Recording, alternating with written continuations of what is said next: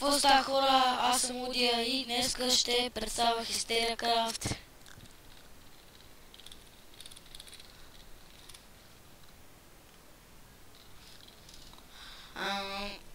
Между другото, опитах се да направя дървен. Това е. Днеска ще ви науча как се прави рез, как се прави пермиш, тъй като да не могат да ходят на една страна, да не могат да мърдат. Как се ядва в рез, ако не знаете. И всичко за общо за реза. Добре, да започнем.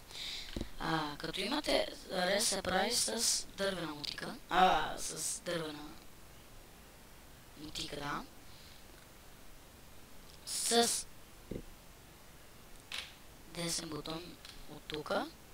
Или докъдето искате, откъдето точно искате да ви почне реса. И аз ще си го направя до там. Много трябва да имам бърже.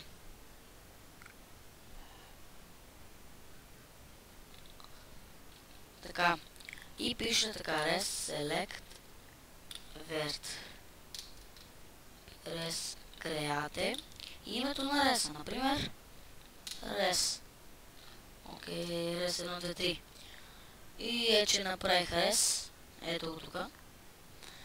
За да направите премиш, пишете така, res set move f. Направих.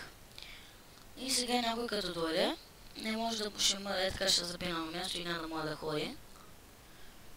Зададнете някой фреса, пишете така resp set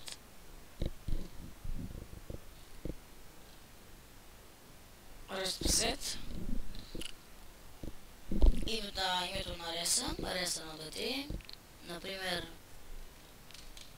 Кептер и трусте труе.